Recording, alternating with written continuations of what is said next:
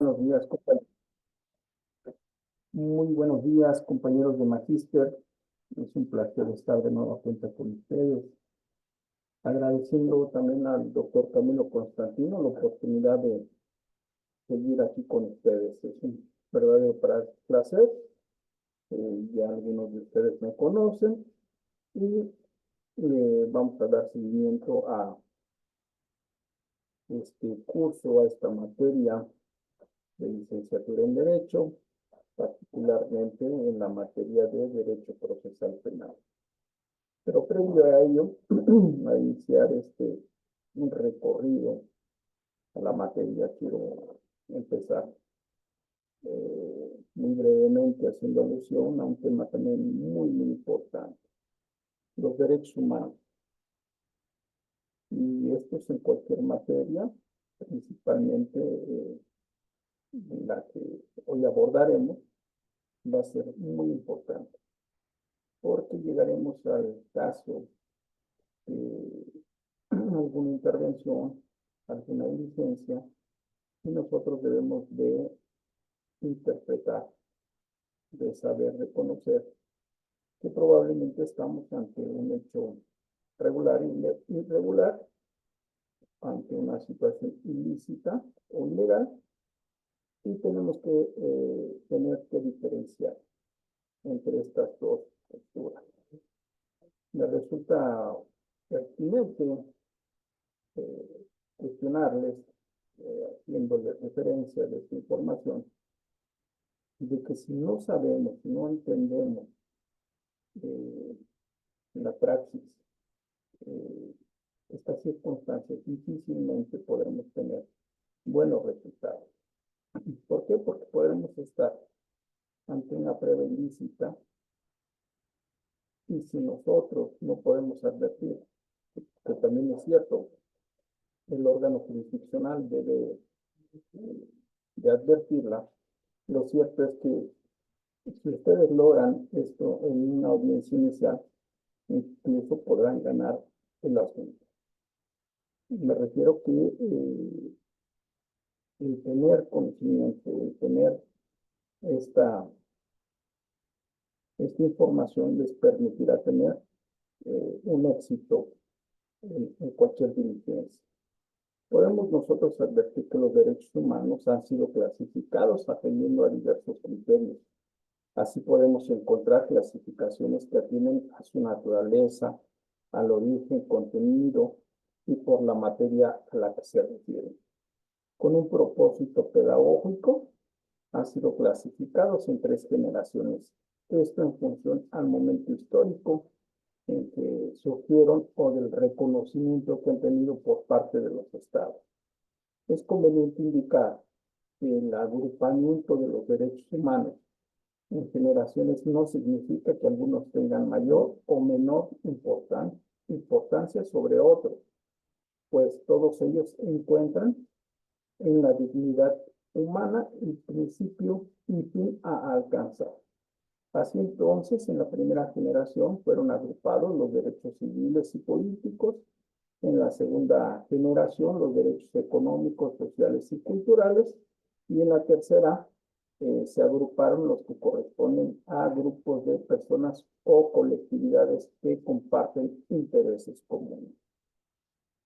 Actualmente es mayormente aceptado clasificar los derechos humanos únicamente en civiles, económicos, sociales, culturales y ambientales o de la paz. Porque los pueblos también. Es importante decir que dentro del conjunto de derechos humanos no existen niveles de jerarquías, pues todos tienen igual relevancia, por lo que el Estado se encuentra obligado a tratarlos en forma global y de manera justa y equitativa, en pie de igualdad, dándoles a todos el mismo peso. Y entonces tenemos que todos los ordenamientos, llámense constituciones, llámense leyes procesales o secundarias, tienen la obligación de respetar, como el derecho a la vida, donde toda persona tiene derecho a que su vida sea respetada, y ese derecho debe conceptualizarse en dos sentidos. Como una obligación para el Estado de respetar la vida dentro del ejercicio de sus funciones y como una limitación al actuar de los particulares para que ninguna persona prive de la vida a otra. Sabemos que nuestra Constitución se divide en parte orgánica y dogmática. En esa parte dogmática que nos va a llevar a entender derechos y obligaciones de los ciudadanos, encontramos un sinfín de derechos. Y esto es muy necesario porque, por ejemplo, en el artículo primero de la Constitución, incluso el Código Nacional nos habla sobre el derecho a la igualdad y a la prohibición de discriminación. Pero consecuentemente podemos ver que a lo largo de catálogo de los artículos de derechos humanos que encontramos en la Constitución, tenemos el derecho a la igualdad entre hombres y mujeres, como el derecho ante la ley, es decir, la igualdad ante la ley, la libertad de la persona, el derecho a la integridad y seguridad personales, el derecho de trabajo, profesión, industria o comercio, la libertad de expresión, la libertad de conciencia, de imprenta, el derecho a la libertad de tránsito y residencia, la libertad de asociación, reunión y manifestación, la libertad religiosa y de culto, el derecho de acceso a la justicia, el derecho a la irretroactividad de la ley, el derecho de audiencia y debido proceso legal, el principio de legalidad, de seguridad jurídica en materia de detención, de seguridad jurídica para los procesados en materia penal, el derecho a la víctima u ofendido, el derecho a la seguridad jurídica en las detenciones ante la autoridad judicial,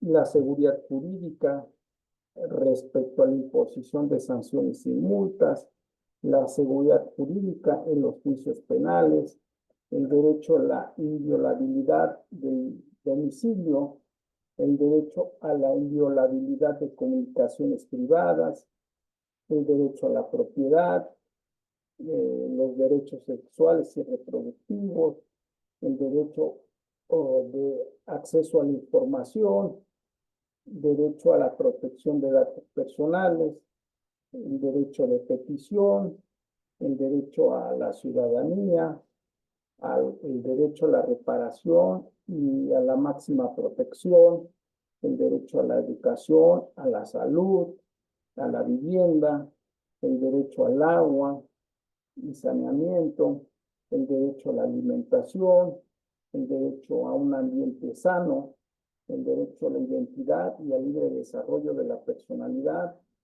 el derecho a los pueblos y comunidades indígenas, derechos agrarios, el derecho al acceso a la cultura, el derecho a la cultura física y al deporte, el derecho al trabajo,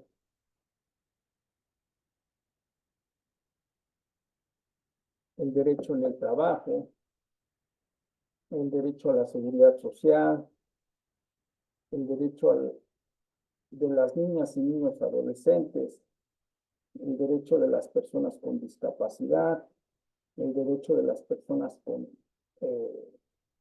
adultas mayores, derecho a las personas migrantes, el derecho a la reparación integral del daño, el derecho a la reparación por violaciones a los derechos humanos, el derecho a la verdad, el derecho a la reinserción social.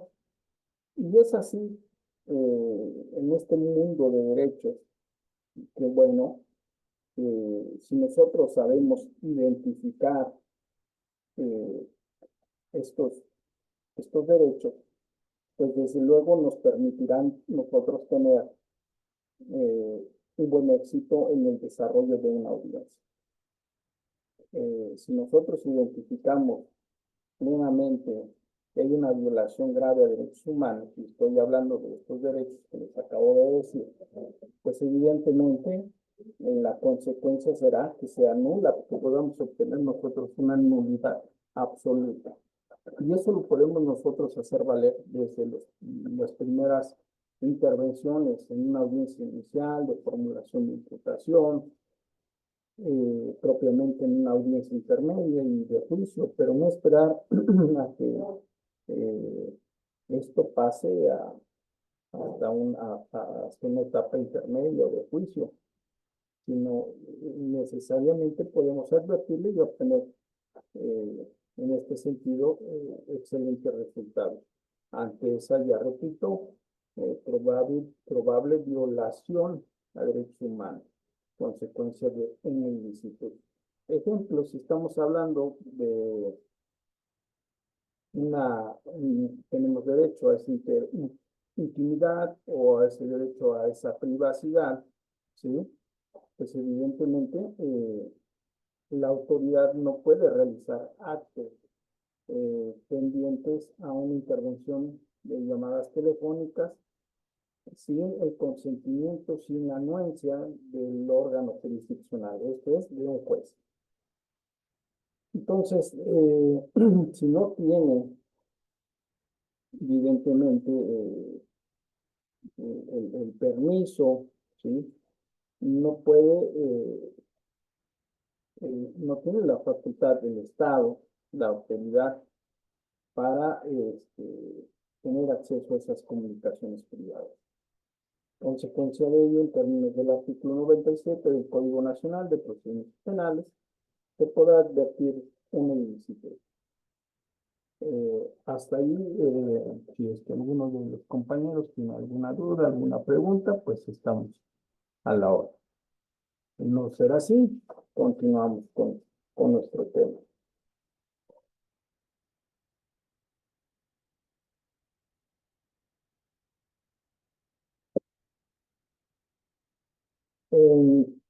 Tratándose del artículo primero del Código Nacional de Procedimientos Penales, nos dice que las disposiciones del Código Nacional son de orden público y de observancia general en toda la República Mexicana por los delitos que sean competencia de los órganos jurisdiccionales federales y locales en el marco de los principios y derechos consagrados en la Constitución Política de los Estados Unidos Mexicanos y en los tratados internacionales de los que el Estado mexicano sea parte. Aquí quiero hacer una reflexión. Recientemente, el gobierno morenista hizo alusión, el presidente, secretaria de Gobernación, secretario, tanto Adán Augusto como la actual secretaria, y gobernadores, solicitando a la Suprema Corte de Justicia en su momento que la prisión preventiva, ahora justificada, ¿sí? Tuviera el efecto de que fuera en un sentido, bajo un principio de culpabilidad, más allá del derecho a la presunción de inocencia. Y hablaba mucho del tema de la prisión preventiva oficiosa, ¿sí? Que debía ser de acuerdo a el artículo 19 de la Constitución Política de los Estados Unidos Mexicanos, y se decía que en tratándose de delitos graves y en los cuales se haya utilizado armas de fuego, la violencia y otra serie de delitos como la violación, el homicidio, el feminicidio, la extorsión, el secuestro, pues operara necesariamente en su momento en la prisión preventiva de carácter oficial. Sin embargo, la Corte Interamericana de Derechos Humanos resolvió a través de una recomendación que el Estado mexicano violentaba derechos humanos. Porque, desde luego, violentaba esa presunción de inocencia. Y si tomamos en consideración que la última ratio en cuanto al derecho a esa libertad es efectivamente que nadie es culpable hasta que se demuestre lo contrario, de tal modo que nadie puede tener una pena anticipada. A razón de ello, hay derechos, hay principios como el principio de presunción de inocencia que en todo momento debe de prevalecer hasta que no se emita una sentencia. Pero a razón de ello el Estado mexicano consideró que la Suprema Corte, en un sentido muy incómodo, está tratando de liberar delincuentes.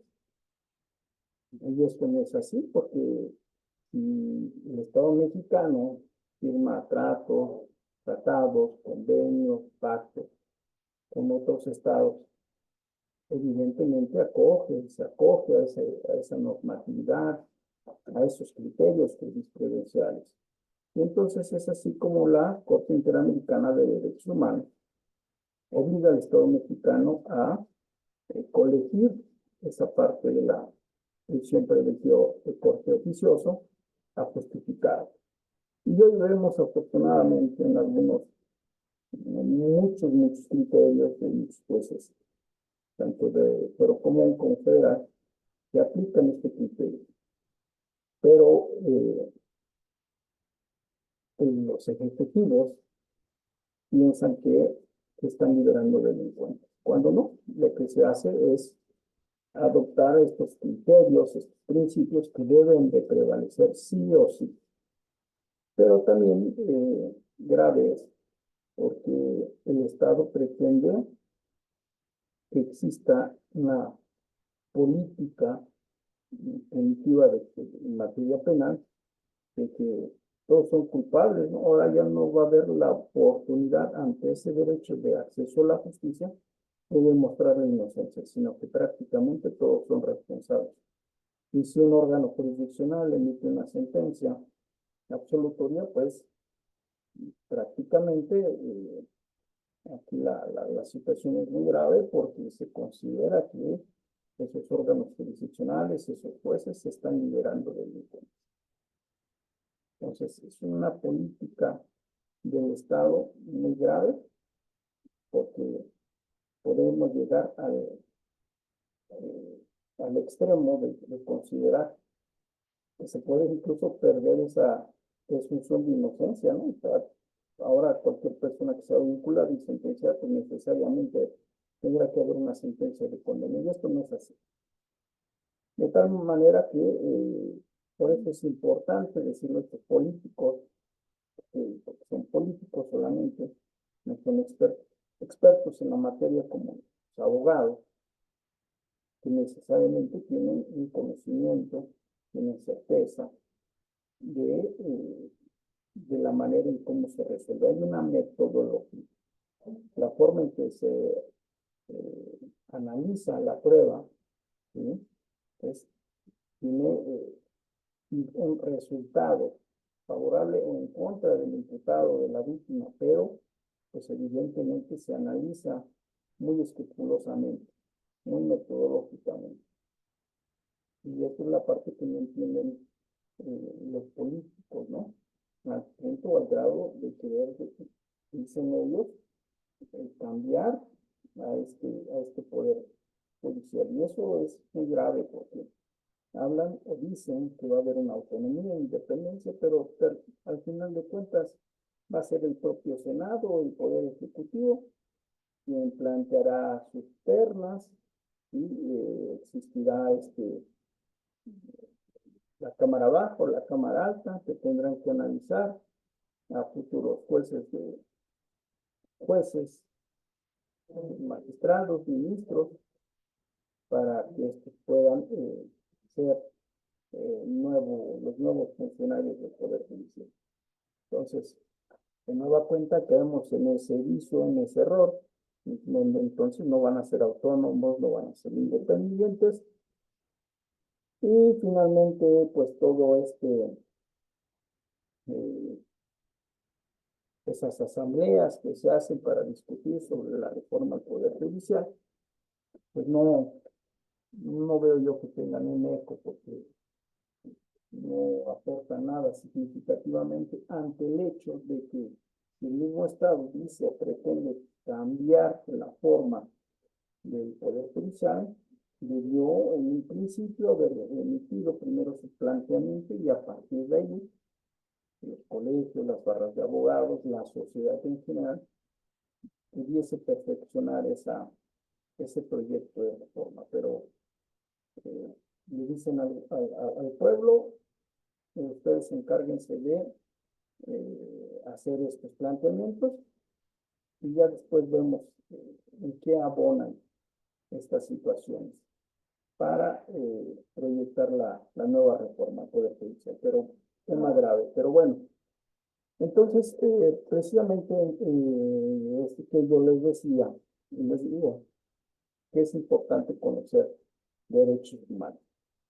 En la medida, en la forma que nosotros tengamos esa información, nos va a permitir efectivamente tener buenas intervenciones, la actividad que se realice ante la sede del Ministerio Público, ante el órgano jurisdiccional, incluso en el desahogo de una audiencia, pues nosotros podremos advertir ante este conocimiento, ante esta información y dar prueba de diversos autores. Es decir, estamos fungiendo como ministerios públicos, podemos también nosotros analizar que la defensa plantea o propone en medio de pruebas que es ilícito. Y también la defensa advertir a la fiscalía que efectivamente también está presentando una prueba irregular, una prueba ilícita, y consecuencia de ello, el resultado es que no entra a juicio, incluso que a partir de esa prueba, si esta resulta tener o ser parte fundamental del inicio de esa carpeta de investigación, consecuencia de todo, pues lograr ante la teoría del árbol envenenado y de todo el caudal probatorio derivado de esa diligencia, de esa actividad, sea ilícito. El efecto, como efecto corruptor o que todo lo demás no sirve, ¿sí? Que sea ilícito. Paulina, muy buenos días. ¿Algún comentario? No, profesor, muchas gracias. Estoy, pues atenta y pues sí, yo creo que mucho de lo que acaba de mencionar usted también, la sobrepoblación pues de la cárcel, que a veces no salen rehabilitados, salen peor, pues es una cadenita, ¿no? Que se tiene que empezar a trabajar desde abajo. Sí, definitivamente, Paulina, acabas de dar con, yo lo digo, eh, el punto, el ombligo del problema que pasa en México. Y lo digo así, concuerdo con tu postura, porque dice el Estado que va a ser lo idóneo y pertinente para atacar, acabar con la delincuencia, y cuando hacia el mismo Estado, hacia las mismas instituciones encargadas de, en este supuesto,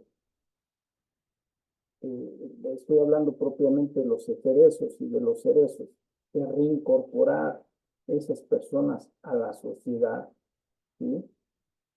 Pero así en estos mismos lugares, ¿sí? No hay orden, no hay seguridad y por lo tanto se convierten en escuelas de crimen, donde en esos mismos lugares se cometen y se operan secuestros, extorsiones, incluso homicidios en esos mismos lugares, donde la autoridad no tiene control, no tiene seguridad.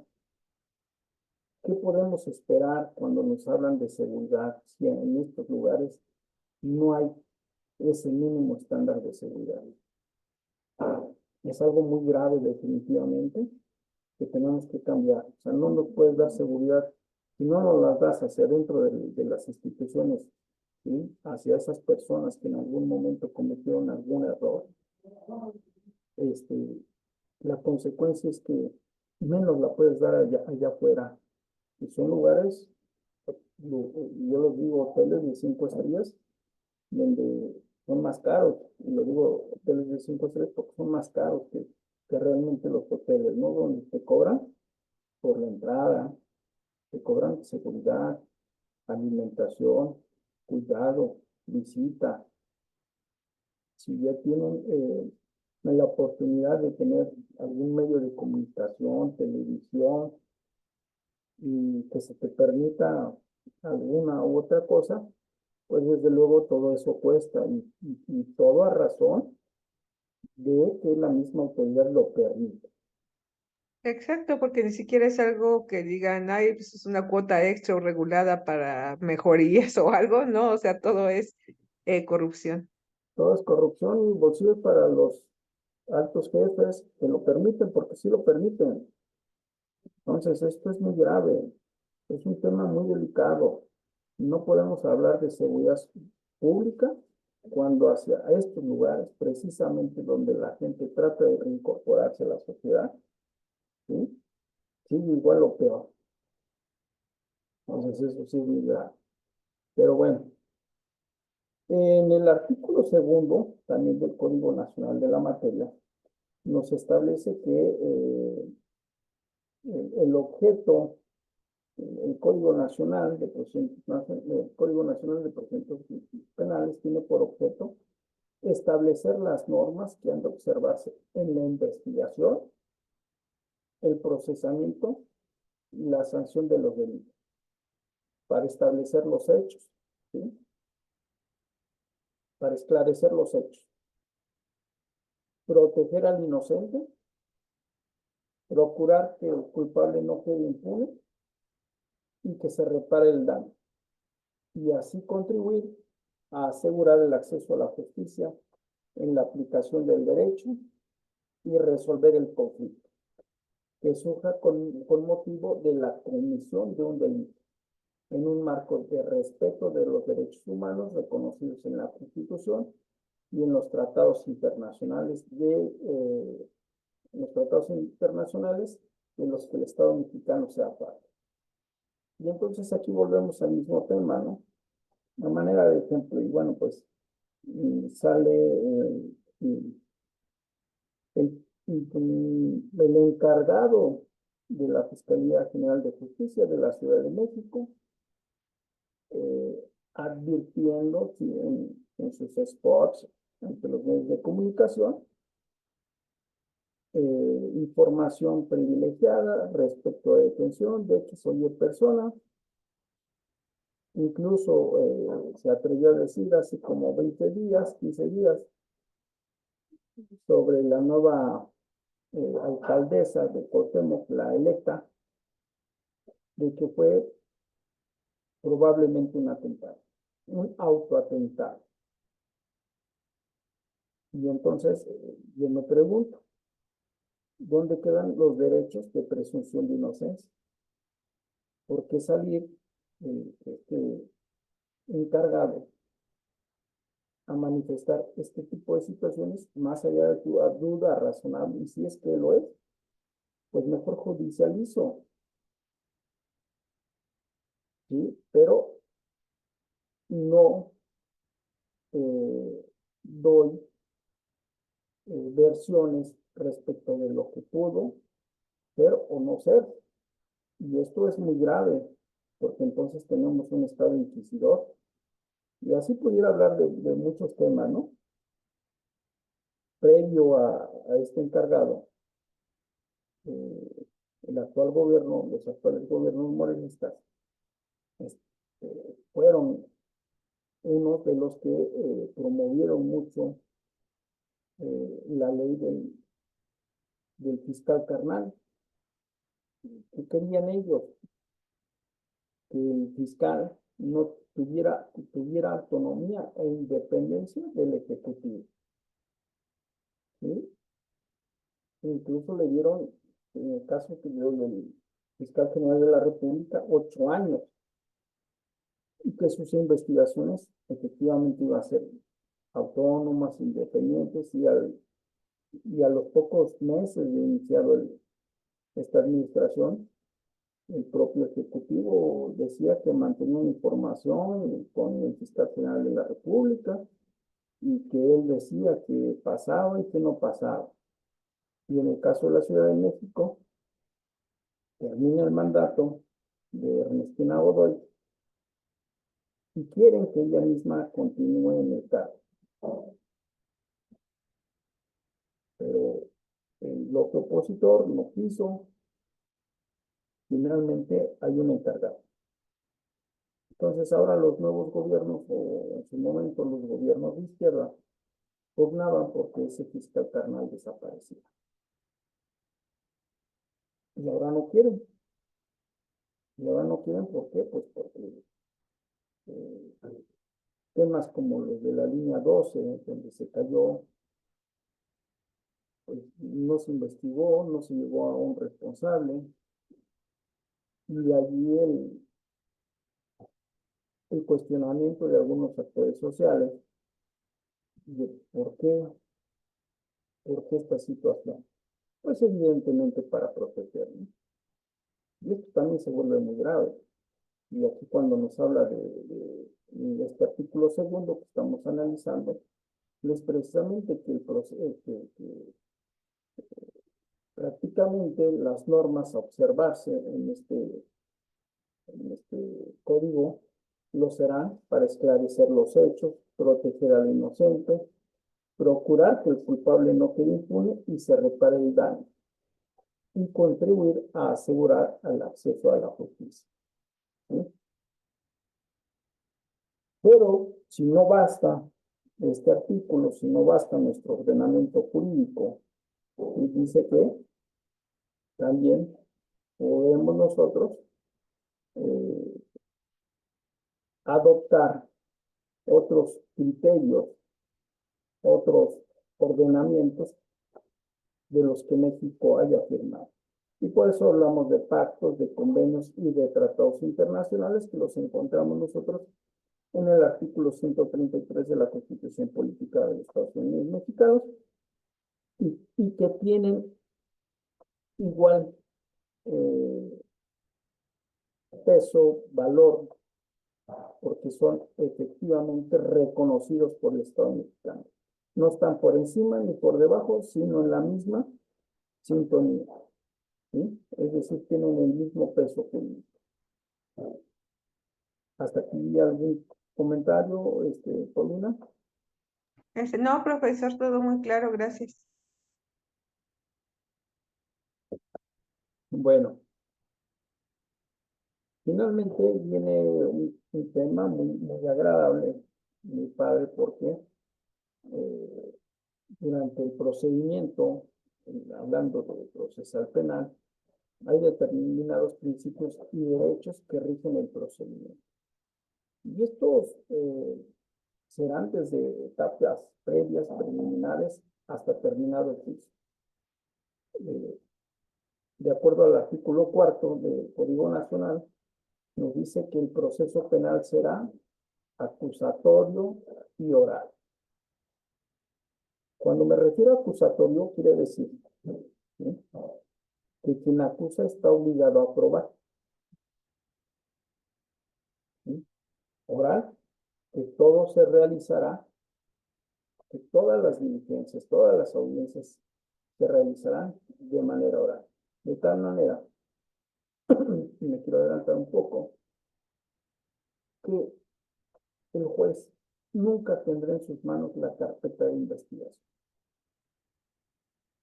él solamente va a resolver a través de la información que las partes procesales den al juez para que emita su resolución, desde luego apegada a derecho. Y aquí me voy un poco más al tema filosófico. Cuando nosotros vemos a la diosa de la justicia,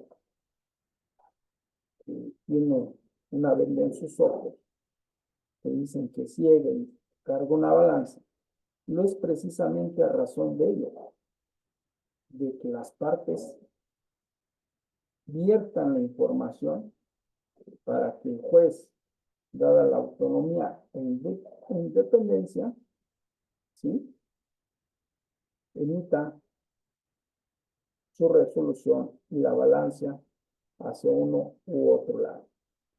Entonces, por eso decimos que es acusatorio, porque quien acusa está obligado a probar. Con esto me quiero detener un poco. Les recomiendo mucho la película El abogado del mal. Si tienen oportunidad de verla, la pueden encontrar en plataforma de Netflix y les dará algunas referencias este, de, de, de cómo estos juicios orales que están.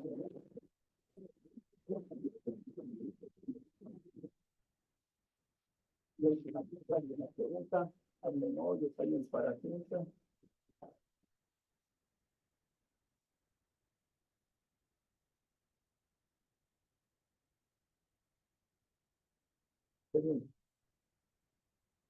Eh, También nos dice que en la legislación aplicable, ¿sí?, se establecerán las excepciones a los principios que están señalados. Esta enfermedad se prevista en la Constitución y en todo momento las autoridades deberán respetar y proteger tanto la dignidad de la víctima como la dignidad del imputado. Es muy importante porque efectivamente tanto derecho como la víctima es muy importante. Nadie es más, no es una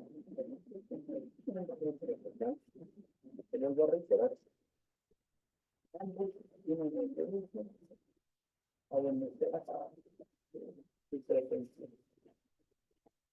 Efectivamente, en el caso del artículo 5, habla del principio de publicidad. Y dice que los servicios de la pública son no solo las partes que intervienen en el procedimiento, sino también el público de las excepciones previstas en el mismo acuerdo. Por ejemplo, como ello puede ser los periodistas y los medios de comunicación, que podrán acceder al lugar en el que se desarrolle la audiencia en los casos y en las condiciones que determine la ley de la materia. Porque es importante que visiblemente el respeto de las partes. Si bien es cierto que estamos hablando de un derecho de publicidad, lo menos me parece tremendamente importante que en el caso de ventilo en asunto donde hablemos de seguridad nacional, temas de delincuencia organizada, porque es obvio que puede haber sido sea relevante para el libertad. Entonces, las audiencias Perdón, profesor, se empezó como que a escuchar un poquito cortado. a partir de cuando Ahorita apenas hace unos 15 segundos empezó a ir cortadito. vuelvo a reiterar.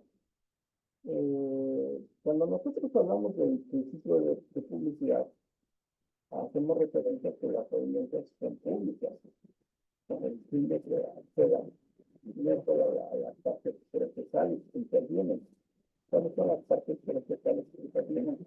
Estamos hablando de red, ¿sí? Estamos hablando de la víctima. La víctima que la representa el asesor jurídico, el Ministerio Público. En el caso del imputado, en parte procesal, se hace acompañar de su defensor público o particular. ¿Sí?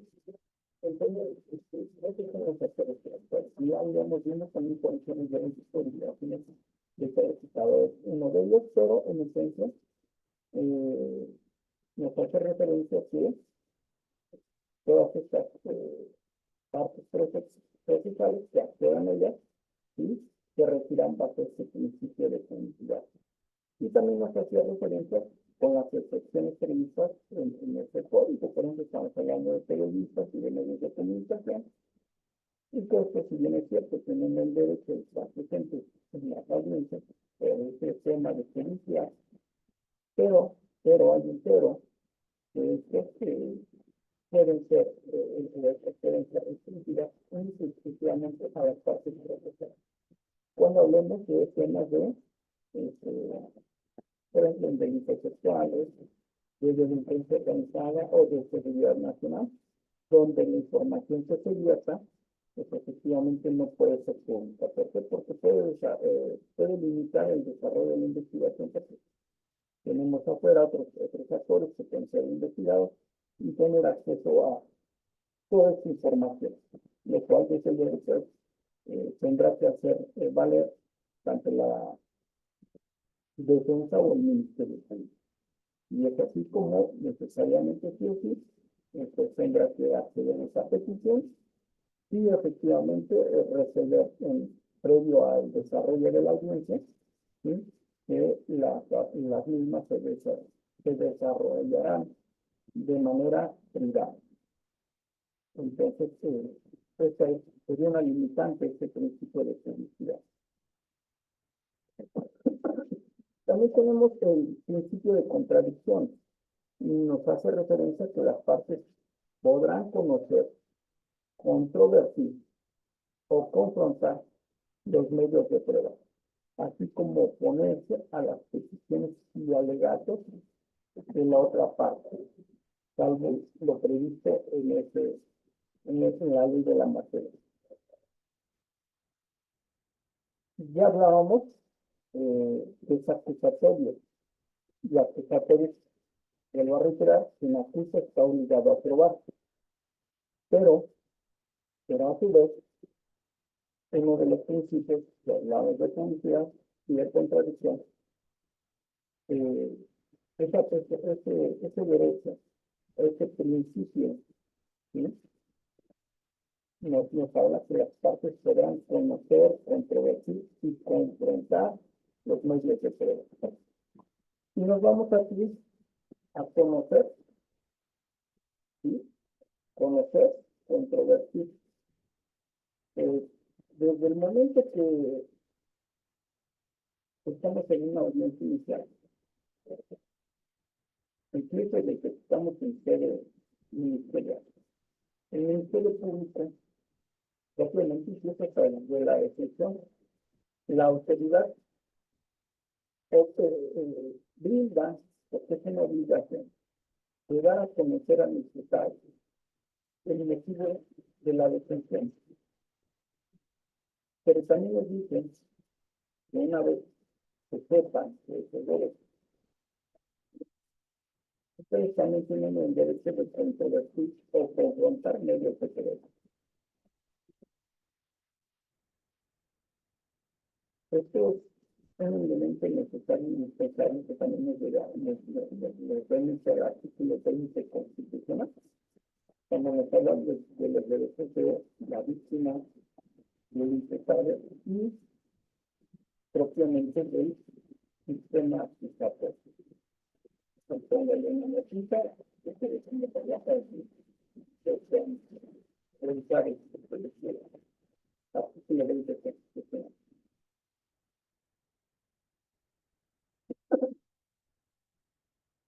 Y nos necesariamente también este principio me dice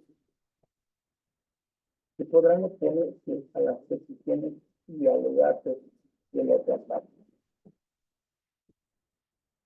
Son audiencias muy rápidas, inmediatas, que se resuelve en esencia lo que hay que saber. Si ustedes son pasivos en el tema, tengan la seguridad de que toda la información que pase y que ustedes no contradigan, básicamente pues la va a tomar, la va a asumir para emitir una resolución. Por eso es pertinente que ustedes conozcan de todas las herramientas jurídicas para poder contradecir la prueba. Por ejemplo, llega el testigo de la víctima, y evidentemente ese testigo ya va a juicio, que usted sabe en verdad. Es decir, que ofertó su testigo. Testimonio que fue recopilado en una carpeta de investigación, donde se sobre el lugar acudió ante el Ministerio Público a realizar una denuncia. Nuestra entrevista quedó en la carpeta de investigación. Entonces, ahora, en el Ministerio Público, se recabó. Y la referencia de circunstancias de fecha o de lugar es un productivo de que se dice. Hasta ahí tenemos nuestra entrevista en la carpeta de investigación. Pero cuando entramos al juicio oral, ya esa entrevista ya quedó superada, ya la carpeta de investigación ya no sirve ni nunca ha servido porque recuerden que todo es oral. Entonces, el fiscal dice, señoría, yo vengo a tratar en este momento el testimonio eres y eso es hasta adelante, que está aquí. Uno empieza a examinar en este momento el fiscal tiene que actuar como órgano de prueba. Entonces, va a haber un interrogatorio, un contrainterrogatorio por parte de la defensa, un reinterrogatorio por parte del fiscal y un recontrainterrogatorio por parte de la defensa.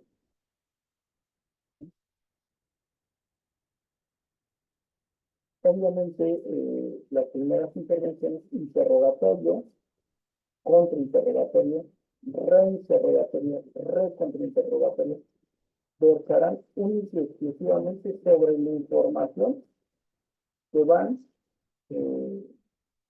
afinando. Es decir, interrogatorio, empieza el fiscal. Y eso se trata, esto es lo que pasó, fíjese que el día 1 de enero del año 2024, es víctima de un robo. Al momento de yo encontrarme aproximadamente a las 2 horas, afuera del metro y 60, se me acerca a una persona del sexo masculino, el cual ahora se responde al nombre de Alberto. Con un cuchillo, con un arma de fuego, y me dice que de la ciudad, si no ofrece que se le da, te voy a matar. Y fue así que yo le entregué mis pertenencias en el teléfono celular, de la mata, bla, bla, bla. Y vuelvo a interrogar el fiscal. En el momento que esta persona me indica con estas palabras que le entregue sus pertenencias, ¿usted lo suba a la lista? Sí, ¿durante cuánto tiempo? No, 2 minutos. ¿Me necesito? Sí. ¿Cómo es? ¿Me puedo dar tanto y cena? Efectivamente, es así, así, así, así. ¿Cómo iba vestido? Así, así, así, así. Y entonces empieza a hacer preguntas esto se ahora, todo, de todo lo que dijo en su entrevista, toda esa información tiene que ser ingresada ante el órgano jurisdiccional. Pero, ¿qué pasa? El órgano de prueba, doy información más de lo que dice en esa carpeta de investigación. Para esos efectos existen técnicas de investigación para controvertir o confrontar los medios de prueba. ¿Cuáles son? Bueno, una, recordar memoria. Recordar memoria. ¿Qué sería recordar memoria? Paulina, yo en un momento dije que mi entrevista estaba acá, pero ahorita yo estoy ante el órgano jurisdiccional, no puedo ver lo que yo revisé. Estamos hablando de un corte oral, un sistema de corte oral. ¿De qué voy a privilegiar? La oralidad. Bueno, pero no me acuerdo cuando me preguntan, oye, ¿recuerda usted el celular que le robaron? Las características del celular que le robaron. Ya no me acuerdo. Sí, muchos datos y muchas cosas en el momento. Yo creo que también las personas que no están como que muy familiarizadas, también pues los nervios los traicionan, ¿no? Sí, efectivamente. Y más porque creo que al principio les dicen, ¿no? Si usted cae en falsedad o algo, usted va a ser el del problema, ¿no? Así le pasó a una persona que le robaron un auto y al estar declarando, pues se atravesó todo. Y si más me puse nervioso porque me decían, si cae en falsedad y usted es el que nada más está levantando un acta o está declarando algo que no es para cobrar un seguro sobre usted, entonces no se quedan nerviosos. Así es. Entonces, ahí exista, cuando ya no se acuerda Julio de lo que hizo, es decir, después de que lo robó, ¿qué fue lo que pasó? Lo corregió porque se subió un vehículo. ¿De qué características era ese vehículo? Ah, era blanco. Yo las placas sí, me las puede proporcionar. Es que no me acuerdo, están en la carpeta de investigación. Ah, entonces ahí empieza el ejercicio de decirle, va al Ministerio Público, a ver, usted dice que después de que lo robó, usted lo siguió, lo corrigió, sí, ciertamente, que está. Ese vehículo, ¿qué características eran? Era color blanco, era un Jetta blanco, este, y las placas, no me acuerdo. Pero usted ya realizó una entrevista con relación a esos hechos, ¿cierto? Sí. En esa entrevista usted dio información de las placas, ¿cierto? Cierto. Sí. Ante el Ministerio Público usted recibió el contenido de esas placas, ¿verdad? Sí, cierto. Señoría, voy a realizar, ¿sí?, la técnica de refresco de memoria. El órgano de prueba ha dado información en sus peritos existentes que da cuenta de que el contenido de esta información se encuentra en su carpeta de investigación.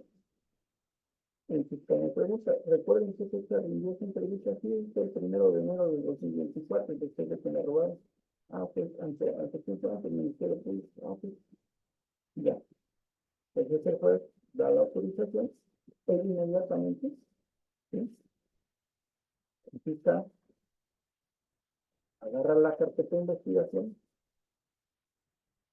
y subraya la parte que interesa, es decir, ¿cuáles serían? Las placas, ¿vale? Ahí están las placas. Ahora le pregunto al órgano de prueba. Antes le digo al personal auxiliar del juez que le corra traslado a la parte. ¿Quién? ¿A quién? Sería a la defensa. Para que veas que nada más estoy subrayando la parte que interesa, que es el número de defensa. ¿Sí es? Sí, efectivamente, se la regresa al personal, al auxiliar del juzgado, y se la pone en la vista del órgano de prueba. Testigo, ¿qué tiene en sus manos? En la parte que se trae. Ah, las placas reflejan. Léalas hacia usted, por favor. Y cuando termine, me indica. Ya, estoy viendo la parte que se trae. Y advierto que es la placa A1A1 del Estado de México. Ya la estoy viendo. Y me pregunta de nuevo cuenta el fiscal. ¿Ya terminó el órgano de prueba? Sí. Le voy a retirar el documento. Le vuelvo a preguntar si le satisface. ¿Cuáles son el número de placa? La A1A1 del Estado de México. Supera vuelta. Sigue preguntando. Cuando la persona lo amenazó al momento de quitarle el teléfono celular, ¿en qué mano tenía el arma?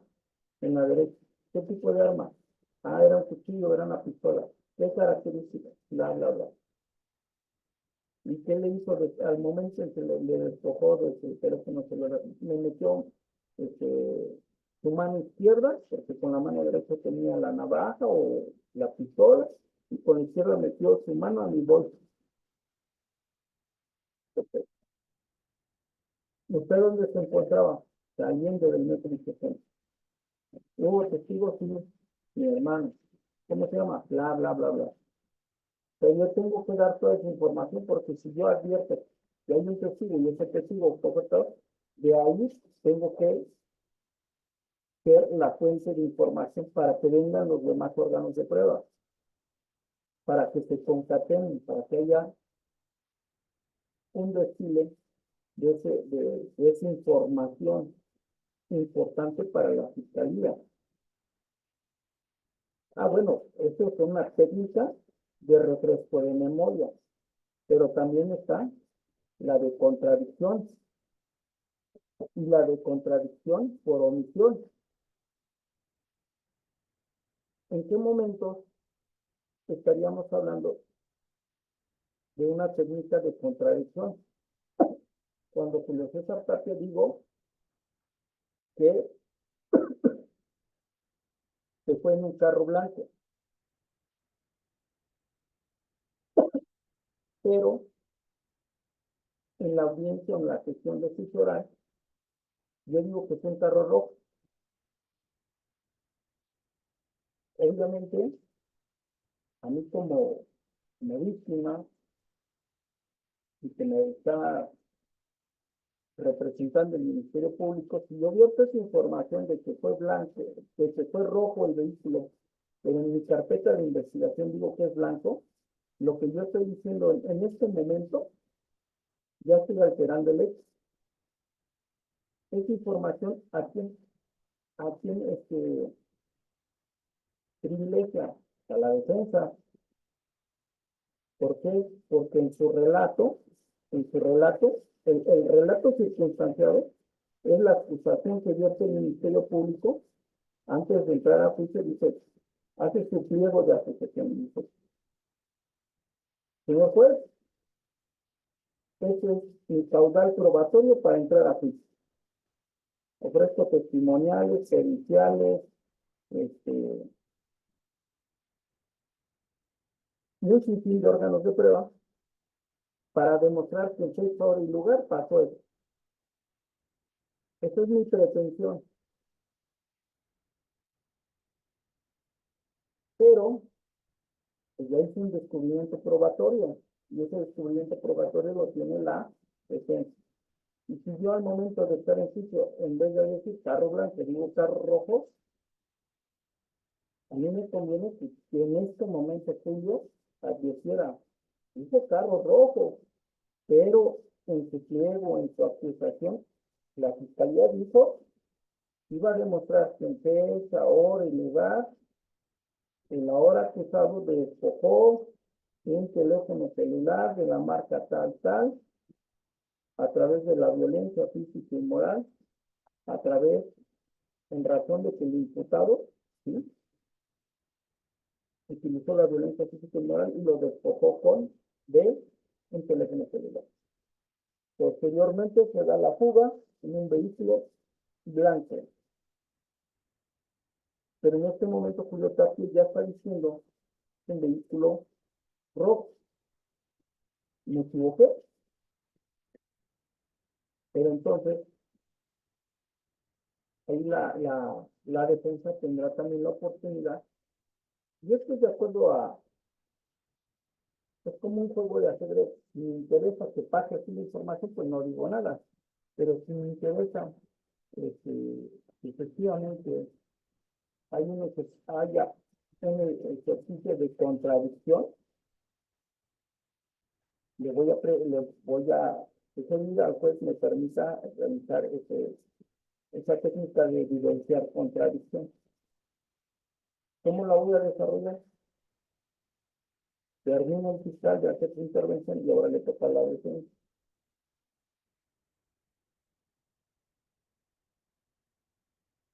Señor Julio César Tapia, usted dijo hace unos momentos que después de que lo despojan de su teléfono celular, el imputado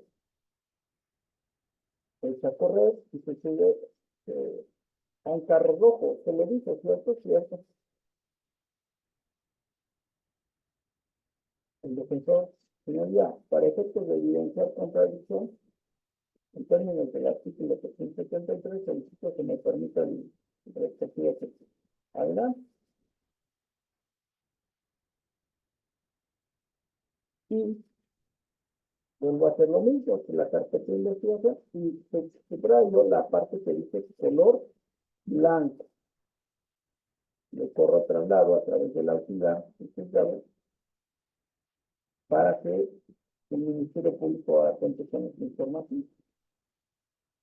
Yo subrayo la parte que me interesa, que dice carro color blanco.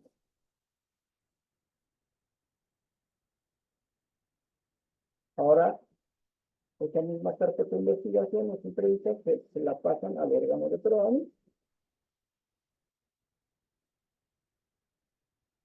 Testigo, usted dijo que era un carro color rojo. Le voy a pedir, por favor, que me indique en qué parte de esa entrevista dice que es un carro rojo. Ya la veo. Nada más contésteme sí o no está la información que usted recibió hace unos momentos como carro rojo. No, es que yo me equivoqué. No, no le pregunté si se equivocó. Dígame si está esa información, sí o no. No, no está. Gracias. ¿Y eso Obviamente, sería suficiente, profesor? ¿Sería suficiente para echar atrás todo? O sea, aunque se tengan las demás pruebas, ¿eso sería suficiente? eh, todo depende, todo depende. Estamos hablando de ejemplos aquí, obviamente, ¿verdad? Pero suponiendo que entonces, dice, bueno, el error fue de características del vehículo, pero faltan otros o diversos testigos, como cuáles, los aprensores, los policías, los primeros intervenientes, pueden entrar peritos, pueden venir otros testigos, ¿qué tal si, por ejemplo, como les decía yo, viene y mi hermano dice, da cuenta de la información que sí fue idónea, pues ya no es sana. Por eso el juez tiene que, cada órgano de prueba, sea prueba documental, pericial, testimonial, tiene que abonar en la teoría del caso, en el relato que interesa, esclarecer. Ya damos cuenta del artículo primero, que es esclarecer el hecho. Esa es la obligación. Por eso es acusatorio. El que acusa tiene la obligación de probar. Y el otro, de defender, que también puede ser una defensa activa o pasiva.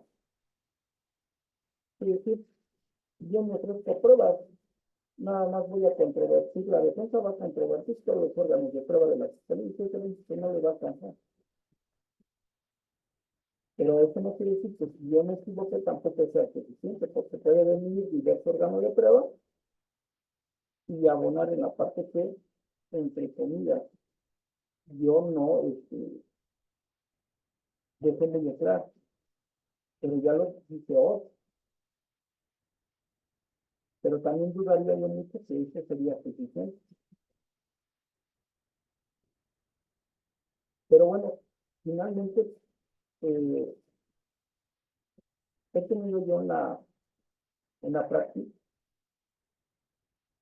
me pasó en caso de un homicidio, donde la señora nada más va y denuncia el homicidio de su hijo y precisa circunstancias de tiempo, hora y lugar, pero no de sucesión, que dice, yo le encargué mi hijo a la señora, ya, siempre se lo dejaba.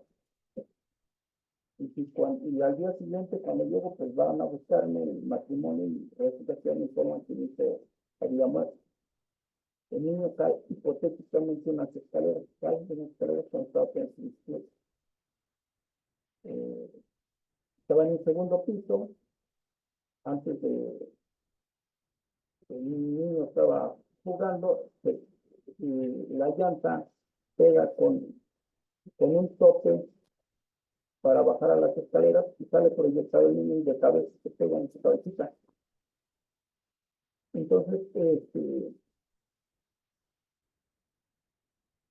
ministerio va, hace el levantamiento, dan cuenta de las lesiones y dicen que hipotéticamente que la persona que se encontraba a su cuidado le pega con un palo y por eso el niño fallece.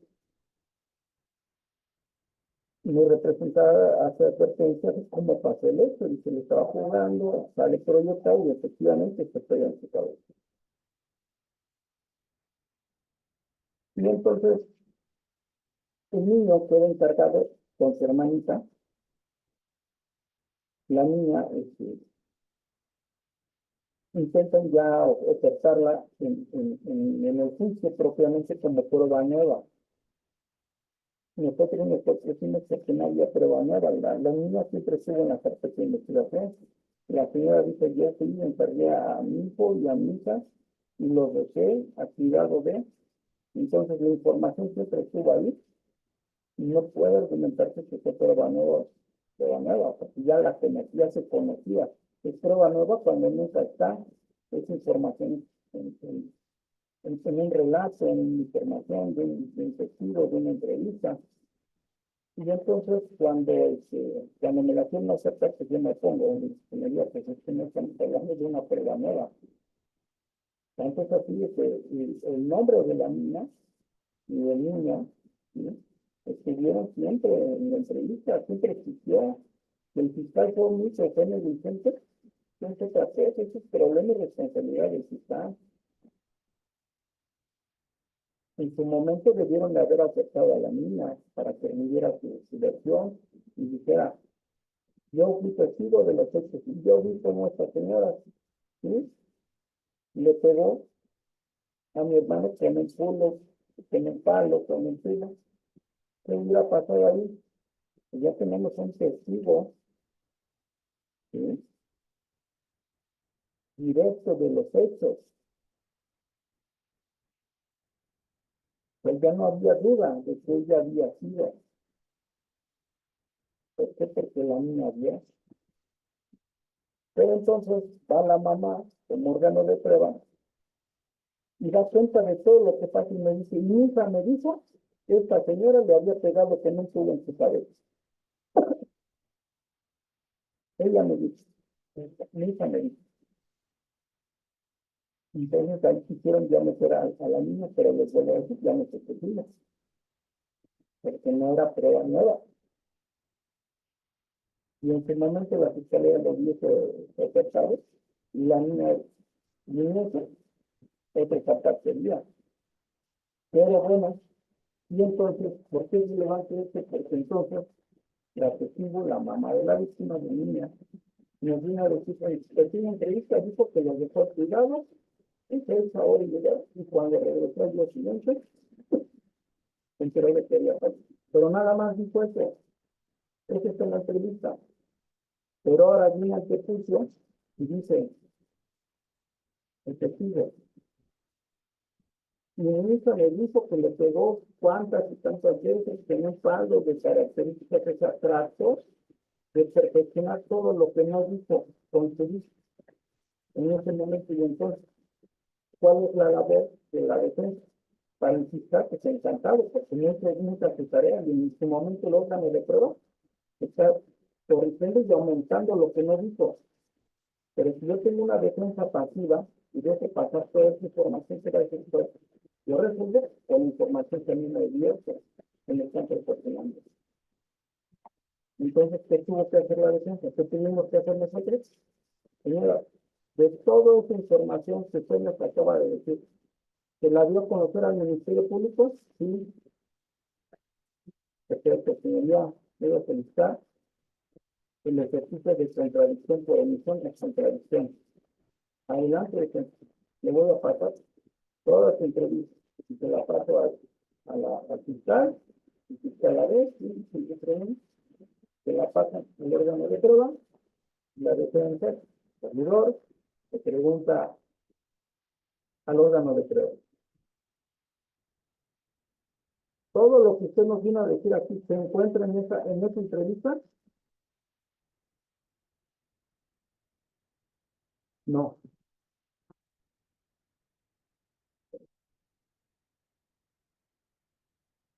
¿Vale? Entonces,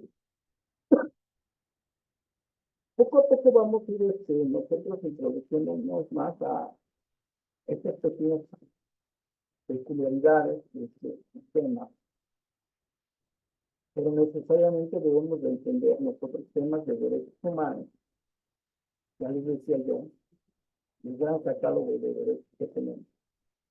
Porque si la autoridad realiza actos de investigación contrarios a esos derechos, estamos hablando de que probablemente estemos ante una hipótesis de una nulidad. ¿Usted tiene derecho a una privacidad? Yo como autoridad quiero intervenir el número telefónico de Paulina, pero no tengo orden judicial, a pesar de lo que haya dicho Paulina, que ella primero de la vida paternal y apologio, X, Y, Z, y la autoridad la realizó ilícitamente. Estamos hablando de un ilícito. Y consecuencia de ello, todas las actuaciones que vienen con posterioridad a, no tendrán valor ni podrán ser utilizadas en diversas carpetas de investigación o juicio o seguimiento. ¿Hasta aquí alguna duda, alguna pregunta? No, profesor. Tenemos nuestra clase 10:30, ¿verdad? Sí. Son 10:27. ¿Alguna duda, alguna pregunta, Claudia? Paulina, para terminar, está Paulina también. Por No, favor. sí, no, pues nada más pues empezar a revisar un poquito más puntual lo que nos comentó, interrogatorios, todo eso, pero pues todo claro, gracias. Y esto les vuelvo a reiterar, si ustedes revisan bien el tema de derechos humanos, primera, segunda y tercera generación, inmediatamente van ustedes, inmediatamente, cuando hablemos del tema, digo, tuve la oportunidad de recientemente me invitaron a dar un curso introductorio a alumnos de licenciatura en contaduría para hablar de derecho, y tuve el privilegio de enseñarles derechos humanos, y de verdad me identificaron bien con casos prácticos, yo ya como abogado, ilicitudes que difícilmente compañeros, me ha tocado ver compañeros mencionan el tema de derechos humanos, y dejan pasar violaciones de derechos humanos, no se percatan ni los jueces, ¿no? Los jueces sí se percatan y ellos de oficio tienen la oportunidad de dejar fuera este materia de aprobación. Y estoy hablando del primer cuatrimestre de contaduría. Y me dio mucho gusto analizáramos artículo por artículo de la Constitución cuando hablamos de derechos humanos, a la vivienda, a la salud, bla, bla, bla. Por ejemplo, uno de la salud, y ellos prácticamente especializados en temas de administración, pero necesariamente sí o sí tenían que tener conocimiento de qué es constitución, para qué es el derecho. Eh, le cuestionaba yo, usted es el dueño de la empresa Sony ahorita, y le dicen que no puede tener mujeres embarazadas trabajando. Haga usted un proyecto, una circular donde todas las mujeres que estén en esa circunstancia, que renuncien o corran. Digo, eso es algo lícito, irregular, pero no, pues es algo ilícito porque va en contra de la salud. Ah, qué bueno que lo entendieron. Eso es ilícito. Cualquier ordenamiento circular, bla, bla, bla, ilícito. Ah, pero solamente vamos a entender ilícito cuando sepamos derechos humanos. Si no, nos va a costar mucho trabajo. Todo lo que sea en contra de los derechos, de lo que tiene nuestra Constitución, es ilícito. Cuando es irregular o ilegal, es diferente ilícito. Irregular e ilegal es cuando no se reúne alguna característica como formalidad. ¿Cuál pudiera ser? Que ya está mi entrevista, ¿qué creen? El testigo no se afirmó la entrevista. ¿Es algo ilícito? No, porque yo como testigo fui a dar cuenta de lo que me pasó. El problema es que no lo firmé, no le di validez, pero eso no quiere decir que sea ilícito, es ilegal. Me faltó una de las características que le da idoneidad y valor a ese documento, pero no es ilícito. Pero bueno, hasta aquí el día de hoy le dejamos. Un placer tenerlos por aquí. Ya saben, cualquier duda, cualquier pregunta, les dejo mi número telefónico 55 64 51 30 80. 55 64 51 30 80. Cualquier cosa, estoy a sus órdenes y continuamos con la segunda clase. Vamos a ir muy rápido.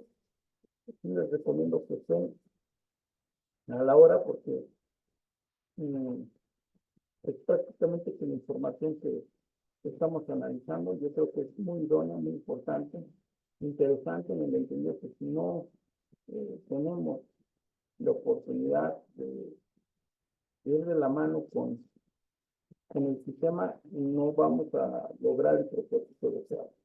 Y cuando estamos hablando de procesal penal, estamos hablando de las reglas que rigen el sistema de justicia penal. Ya hablamos por qué es contradicción, ya hablamos por qué es publicidad, vamos a hablar de continuidad, concentración, y básicamente las etapas procesales y algunas particularidades de cómo se realizan algunas técnicas o ejercicios en el momento que estamos en sí. Vuelvo a reiterar, en el caso específico que les dije que la señora empezó a decir santo y seña de todo lo que pasó, pero nunca lo refirió, y la defensa no hubiese dicho nada, si no conoce las técnicas, ¿qué hubiera pasado este problema? Si no hubiera recibido las pruebas. No, la señora empezó a decir todo santo y seña de lo que no había dicho en su entrevista. Y empezó a decir bien juicio todo, está, X, Y, Z, todo. Y la defensa era pasiva o fue pasiva. Si hubiera sido pasiva, ¿qué hubiera pasado? Usted es la jueza. Pues se va para atrás todo porque no hay un respaldo. A lo No, mejor hay no, pruebas, todo, pero no hay un respaldo. claro, pero si la defensa no hubiera dicho nada, ¿qué hubiera pasado? Pues no tiene validez. No, así, mira, así, por ejemplo, yo soy la testigo, yo soy la mamá de la víctima. Esa entrevista casi no dice nada, pero aquí en juicio empieza a decir santo y seña, me aviento como 3 horas hablando. Usted es la jueza Paulina, y está tomando referencia de todo lo que dice. Y la defensa sabe que no existió. Todo eso que dice, no lo dijo acá. Usted como jueza, ¿qué dice de todo lo que yo estoy diciendo? Pues lo da por cierto, ¿verdad? Porque lo que importa es lo que se está diciendo en juicio.